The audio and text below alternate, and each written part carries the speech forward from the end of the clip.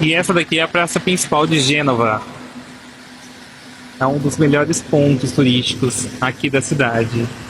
Mas eu e o Juliano, a gente já foi até lá em Simão já. Depois eu vou mostrar pra vocês, a gente pegou o busão pra ir lá em Simão. A gente tá pegando um outro busão agora pra visitar uma basílica. Aí daqui uns 4 minutos tá passando. Mas olha que legal aqui, os pontos turísticos. É muito grande. Meu guarda-chuva quebrou, por isso que eu não estou usando, mas tá chovendo aqui.